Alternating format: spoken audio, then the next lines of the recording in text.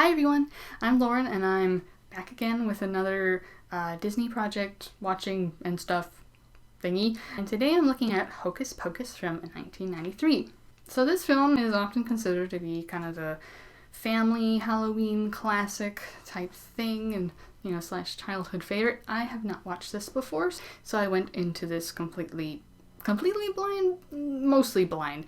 I knew there were witches and I knew it was kind of Halloween-y and stuff, but other than that I didn't really know much about it. The film is about these witches that get revived by these kids, and the witches are causing mayhem and stuff, and they want to steal children's souls so that they can live forever, and if they don't do that by the dawn of the next day or whatever, then they'll be dead forever. So the kids are trying to stop them from getting children's souls, and the witches are trying to get children's souls. And there's like various little shenanigans throughout. Like the kids steal the witches' special book, so they're trying to do something with it. I don't know, keep the book away from them, and the witches need that book, so there's a lot of chasing around them, and sometimes they kidnap somebody and then they get them back, but then they kidnap them.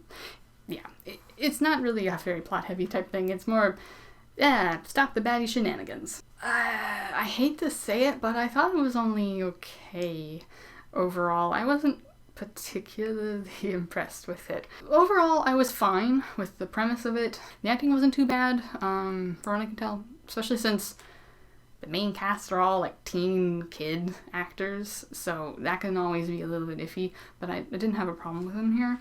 And the only one I thought that was really good was Betty Milder, who is one of the witches, and she goes all out, and I thought she was pretty entertaining.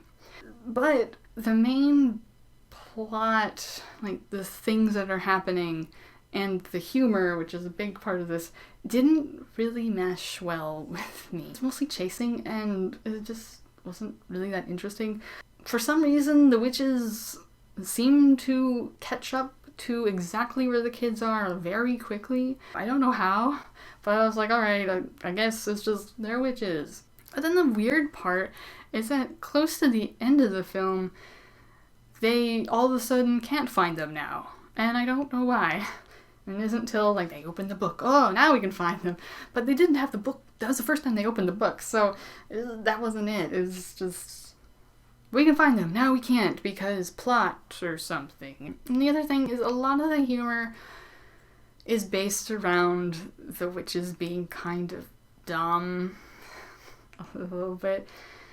Some of the humor that's more interesting is they're from 300 years ago, so a lot of the technology and what is different, they don't know about. That's kind of interesting. Like, oh, what is this bus kind of thing? That's a little bit funny. But overall, they're mostly being kind of dumb.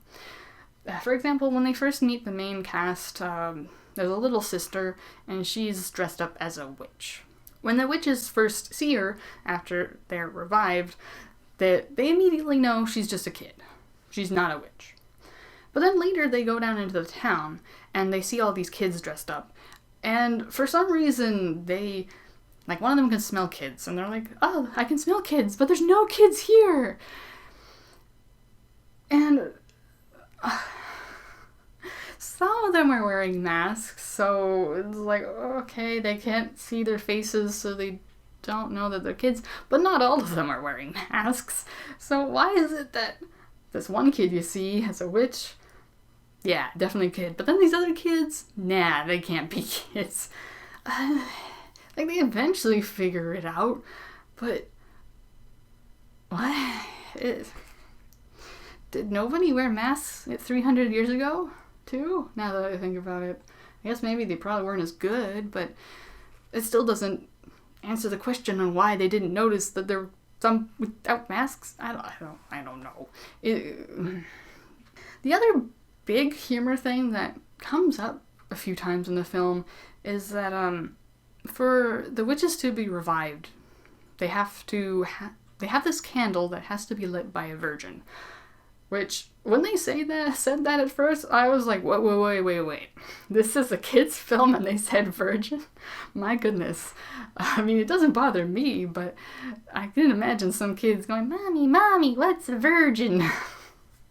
So I was like, okay, cool. And the main character, who is a 15-year-old boy, he's the one that lights the candle.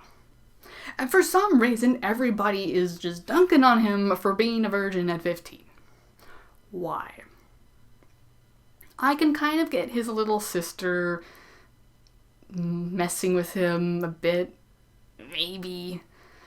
Maybe I can just be like, she doesn't really know what that means. Whatever. I hope she's not thinking about that. Okay, let's not go there. But they go to an adult and, this is dumb. They're like, hey, police officer, we accidentally revived the 3 witches or whatever. Please help us. And, like, why would they believe you about that? But anyway, when they talk to this police officer, who ends up not actually being a police officer, he's just in costume, he goes like, oh, did you light the candle? And the main character's like, yeah. So you're a virgin? Yeah. How old are you? 15? You're a virgin at 15? Wow,